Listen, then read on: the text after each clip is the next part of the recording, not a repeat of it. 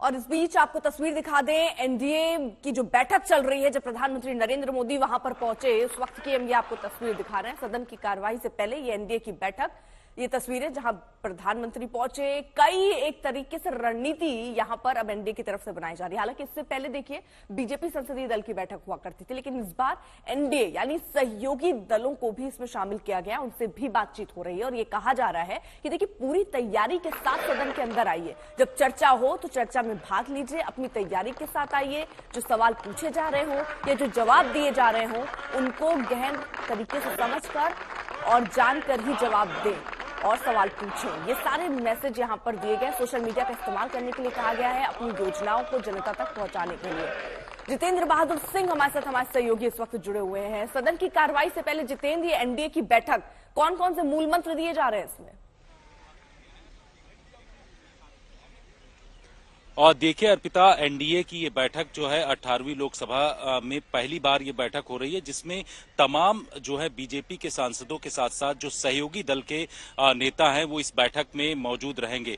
प्रधानमंत्री इन सब लोगों को संबोधित कर रहे हैं और उसमें इस तरीके की जानकारी दी जा रही है कि जब भी सदन के अंदर जो भी नेता पहुंचे वो तैयारी करके पहुंचे। सोशल मीडिया पर जो सरकार के महत्वपूर्ण काम हैं, जो कि जनता के काम हैं, उन कामों को जनता के बीच में जाकर के उसको बताया जाए। इसके साथ ही जो अपने संसदीय क्षेत्र में लगातार जो है वो सांसद वहां पर पहुंच करके उन तमाम कामों की, सरकारी कामों की विस्तृत जानकारी दें। तो इस तरीके की पाठशाला जो है, जो तमाम एनडीए के सांसद और वरिष्ठ जो नेता हैं उनको दी जाएगी इस दौरान। और प्रधानमंत्री नरेंद्र मोदी इसकी अध्यक्षता कर रहे हैं। उसमें ऐसे गूढ़ मंत्र दिए जाएंगे जिससे कि जनता के बीच में जाकर के जो जनता के सरोकार से जुड़े हुए मुद्दे हैं, उन मुद्दों की जानकारी समय समय पर अपने संसदीय क्षेत्र में जाकर के जो नेता हैं वो देते रहें। इस तरीके की जानकारी इस एनडीए संसदीय दल की बैठक में दिया जाएगा। इसके साथ ही जानकारी ये भी है कि आज शाम को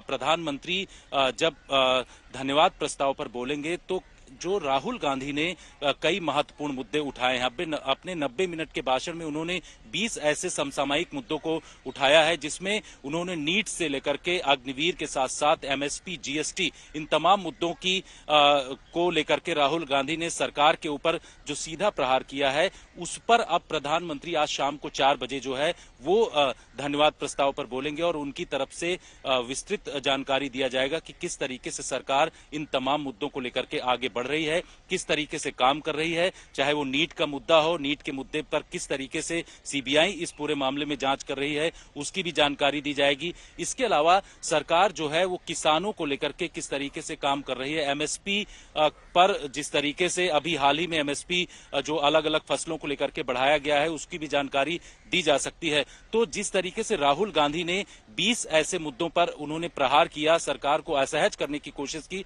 हालांकि सरकार ने उस दौरान भी उनको रोका, लेकिन अब ये लग रहा है कि जब प्रधानमंत्री बोलेंगे तो इन तमाम मुद्दों पर जो राहुल गांधी ने सवाल खड़े किए थे उस पर जो है उनकी तरफ से बताया जा सकता है। फिलहाल ये तस्वीरें भी देखिए हम दिखा रहे हैं, जब प्रधानमंत्री वहां पहुंचे उस वक्त की ये तस्वीर है। जितेंद्र हमारे साथ लगातार मौजूद है। जितेंद्र, एक तरफ तो ये बैठक चल रही है, दूसरी तरफ कल का जो राउंड 1 हमने देखा, जिसमें कई मुद्दों का आप बता रहे राहुल गांधी ने छुआ। आज अखिलेश यादव भी बोलेंगे, जिस पर भी कहा जा रहा है कि बहुत सारे मुद्दे हैं जिन पर वो घेर सकते हैं सरकार को। सरकार, क्योंकि विपक्ष इस बार मजबूत है, विपक्ष को मजबूती के साथ कैसे जवाब दे सरकार, उसके लिए क्या रणनीति बना रही है? देखिए, जो अखिलेश यादव हैं, समाजवादी पार्टी के अध्यक्ष, 11:15 बजे लोकसभा में उनका बोलने का टाइम जो है वो निर्धारित किया गया है। 11:15 बजे के आसपास बोलेंगे। राहुल गांधी ने जो भाषण दिया था कल का, उसमें अखिलेश यादव ने उनके कई भाषणों को लेकर के उनकी तरफ से कहा गया कि बीजेपी जो है वो इस पूरे मुद्दे को डेविएट करने की कोशिश कर रही है और ये के कई भाषणों का समर्थन खुद अखिलेश यादव ने उनकी तरफ से किया गया। चुनाव के दौरान हमने देखा कि जिस तरीके से अखिलेश यादव बीजेपी को लेकर के हमेशा से हमलावर रहे हैं, चाहे अग्निवीर का मुद्दा हो या संविधान का मुद्दा हो, इसके साथ साथ जो पेपर लीक का मामला रहा है उस मुद्दे को लेकर के भी अखिलेश यादव हमेशा से सवाल उठाते रहे हैं। वो आज जब लोकसभा के अंदर बोलेंगे तो उनके द्वारा भी इसी तरीके से सवाल खड़े किए जा सकते हैं। अब सरकार इन तमाम मुद्दों को लेकर के किस तरीके से से धन्यवाद प्रस्ताव के दौरान उनकी तरफ से जवाब दिया जाता है, ये देखना होगा। लेकिन विपक्ष जिस तरीके से मजबूत है, वो सरकार के इन कामों को लेकर के हमलावर है, चाहे वो नीट का मुद्दा हो, एमएसपी की गारंटी की बात हो, या फिर जीएसटी को लेकर के जिस तरीके से राहुल गांधी ने सवाल खड़ा किया था, कुछ इसी तरीके से समाजवादी पार्टी के अध्यक्ष अखिलेश यादव भी सदन के अंदर सवाल खड़े कर सकते हैं। तो ये देखना होगा कि जब 11 बजे के आसपास लोकसभा चालू होगा तो उस दौरान किस तरीके से विपक्षी पार्टियां जो है सदन के अंदर चर्चा में भाग ले रही हैं, और उसमें अखिलेश यादव के खास तौर पर जो उन्होंने राहुल गांधी के बयान का समर्थन किया है, लगता ऐसा ही है कि अखिलेश यादव भी कुछ इसी तरीके का बयान देंगे जिससे कि हंगामे के आसार दिखाई पड़ सकते हैं। बिल्कुल, और हिमांशु भी इस वक्त हमारे साथ जुड़े हुए हैं, उनका भी रुख करेंगे। लेकिन बता दें कि सदन की कार्रवाई से पहले ये एनडीए की बैठक, राहुल के बयान को लेकर बीजेपी शासित राज्यों के सीएम भी जमकर बरसे। कोई जाति सूचक शब्द नहीं है, कोई संप्रदाय सूचक शब्द नहीं है। मत और पंथ से अलग भारत की मूल आत्मा है। श्री राहुल गांधी के इस बयान ने, जिसमें हिंदुओं को बारे में जो टिप्पणियां की हैं, यह सत्य से परे भारत की मूल आत्मा को लहूलुहान करने जैसा है।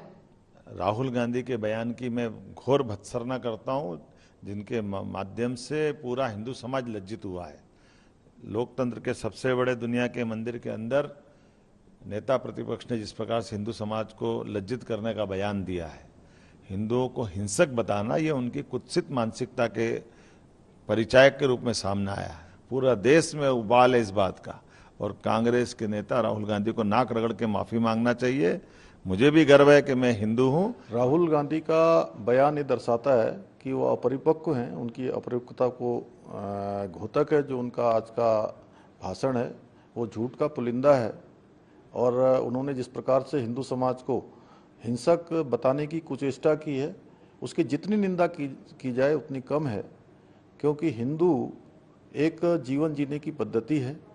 हिंदू समाज हमेशा देश की रक्षा करता रहा है, धर्म की रक्षा करता रहा है।